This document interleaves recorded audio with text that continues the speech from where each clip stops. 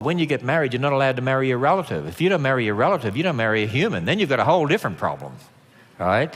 It's just today, it's best not to marry a close relative. And you know why? See, the Bible helps us understand this, and genetics helps fill in some details for us. Adam and Eve, when they were created, were perfect. But when they sinned, now everything's running down. God doesn't hold everything together perfectly anymore. He withdrew some of that sustaining power so things would run down, so we would die because we forfeited our right to live.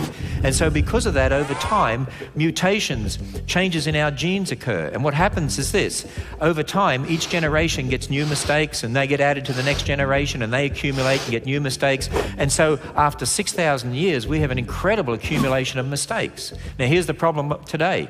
Because we have so many mistakes in our genes, if brother and sister were to marry today, then it's more likely that you'll inherit the same mistakes from your parents. And if sperm fertilizes egg and those mistakes get together, there's an increased likelihood of deformities in the offspring, which is why it's better to marry someone further away in relationship from you. So where you have a good gene and they have got a bad gene, you know, the good gene will override the bad gene. Now, here's the thing. The further back you go in history, the fewer mistakes that there would be. Adam and Eve had no mistakes. Their children had relatively few. Close relations could marry. Originally, it wasn't a problem, provided it was one man for one woman. And that's what marriage is all about.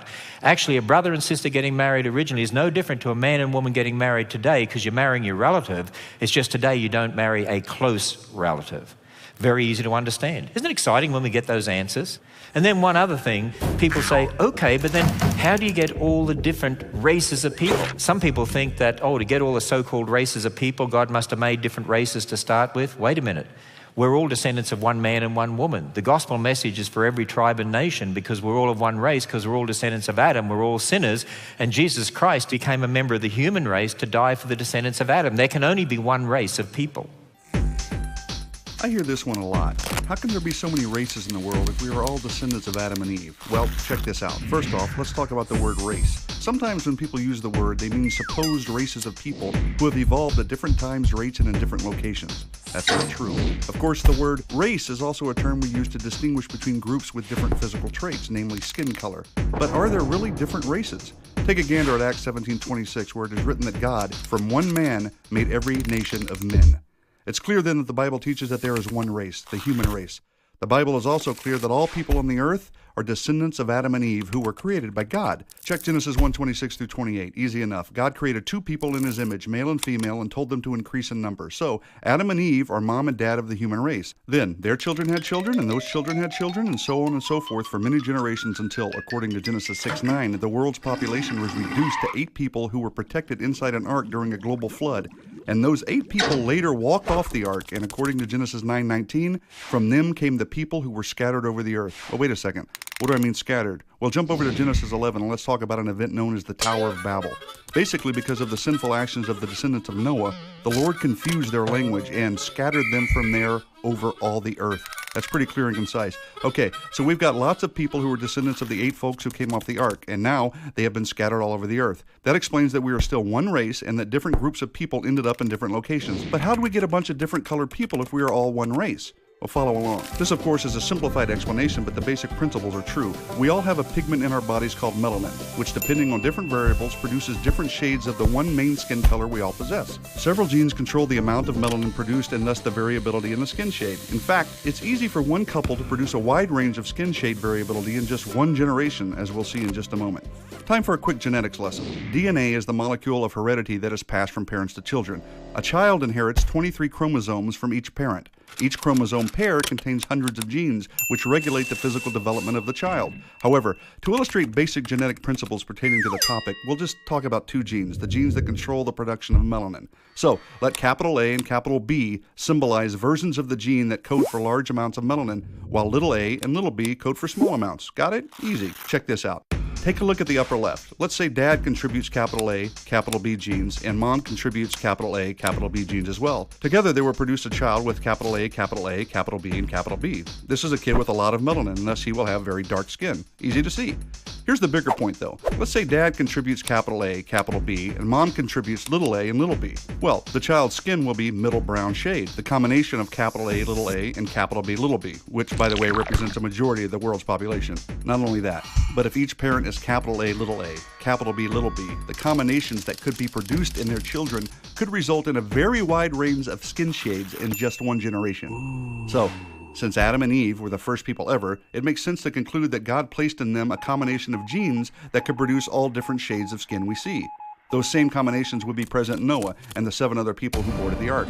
And because God dispersed people at the Tower of Babel, he dispersed the population, thereby isolating gene pools in the different people groups. Over time, different cultures formed in different locations with certain features like skin shade becoming predominant. And here we are today. And since we all go back to Noah and his family, it makes sense that we are all different shades of brown. One race, multiple people groups, just like the Bible teaches. Simplified for sure, but enough said. It's very easy to understand. That's why you find instances like this. These twins were born in Australia, one dark, one light. These twins were born in England, one dark, one light. When we have children, we have 5 children, they all look a little different to each other. You know why? They all have different combinations of genes. But it all goes back to the original gene pool. Well, another question I'm often asked. Well, look, you talked about Noah's Ark there, but is there any evidence for a global flood? One of the things that I say to people is this: if there really was a global flood, you'd expect to find billions of dead things buried in rock layers laid down by water all over the earth. By the way, do you know what we find? Billions of dead things buried in rock layers laid down by water all over the earth. When I go to the Grand Canyon, I've been there with a park ranger, and you look down and you see all those rock layers and the fossils in the rock layers, and you see the big canyon there. I've stood on the edge of the Grand Canyon with a park ranger who said, "Do you realize a long time and a little bit of water did this?" I stood there and said, "Do you realize a lot of water and a little bit of time did this?" You see, because I believe the layers were laid down by the flood and the canyon was carved out probably at the end of the flood or after the flood. And of course, the park ranger would say, "Oh no, these layers were laid down over millions of years. It takes millions of years to lay down lots of layers." Well, no, that's not true. Not far from where we are at this conference, there's a very famous volcano called Mount St. Helens. And Mount St. Helens erupted on May 18th, 1980. Watch this short video. On May 18, 1980, Mount St. Helens, located 95 miles south of Seattle, Washington, erupted. The eruption was triggered by an earthquake centered beneath the mountain that measured 5.1 on the Richter scale. The lateral blast swept out the north side of Mount St. Helens at 300 miles per hour. With temperatures as high as 660 degrees Fahrenheit and the power of 24 megatons of thermal energy, it snapped 100-year-old trees like toothpicks and stripped them of their bark. Before the famous eruption at Mount St. Helens, scientists were mostly familiar with slow-acting examples of geologic change. But at Mount St. Helens, geologists watched the Earth's surface change quite rapidly. Icebergs were buried in hot avalanche material. They melted and formed badlands in days. Eruptions on May 18 and June 10 produced fine layers in hours.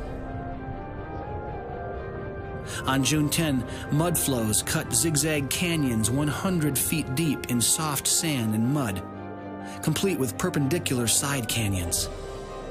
Canyons that are reminiscent of the geography of Grand Canyon, only 40 times smaller and clearly produced within hours. Mud flows over the following decade cut hundreds of feet into solid rock in just days of cutting time. Fallen trees formed a log mat on the surface of Spirit Lake and dropped bark to the bottom of the lake, accumulating up to 3 feet of bark peat in just a couple years. And vertically floating logs sinking to the bottom of the lake resulted in buried trees in only a decade, similar to the trees of Yellowstone's fossil forest, which are also buried in volcanic layers. Even though Mount St. Helens is a very small catastrophe compared to the flood or the major catastrophes immediately following the flood, it provides a better clue to what happened in those times than the slow geologic processes which are most commonly seen in the present. It doesn't take millions of years to form canyons, to form layers. And as well as that, I want you to watch this short video here that helps us understand more about the canyon aspect. The Earth's surface is scarred by deep canyons, cut into solid rock. But how did they form? A little bit of water over a long time, or a little bit of time with a lot of water? Modern rivers don't generally cut downward into solid rock, so today's river erosion seems incapable of explaining rock canyons. The Great Flood of the Bible, however, provides a possible explanation for such canyons. In soft mud or sand in your own backyard, you can see the power of heavy rains on a small scale. A rainstorm can create miniature canyons in only minutes. Though these canyons are very small, cut into mud, they share many of the same characteristics as the world's great canyons. On a larger scale, mud flows have also been observed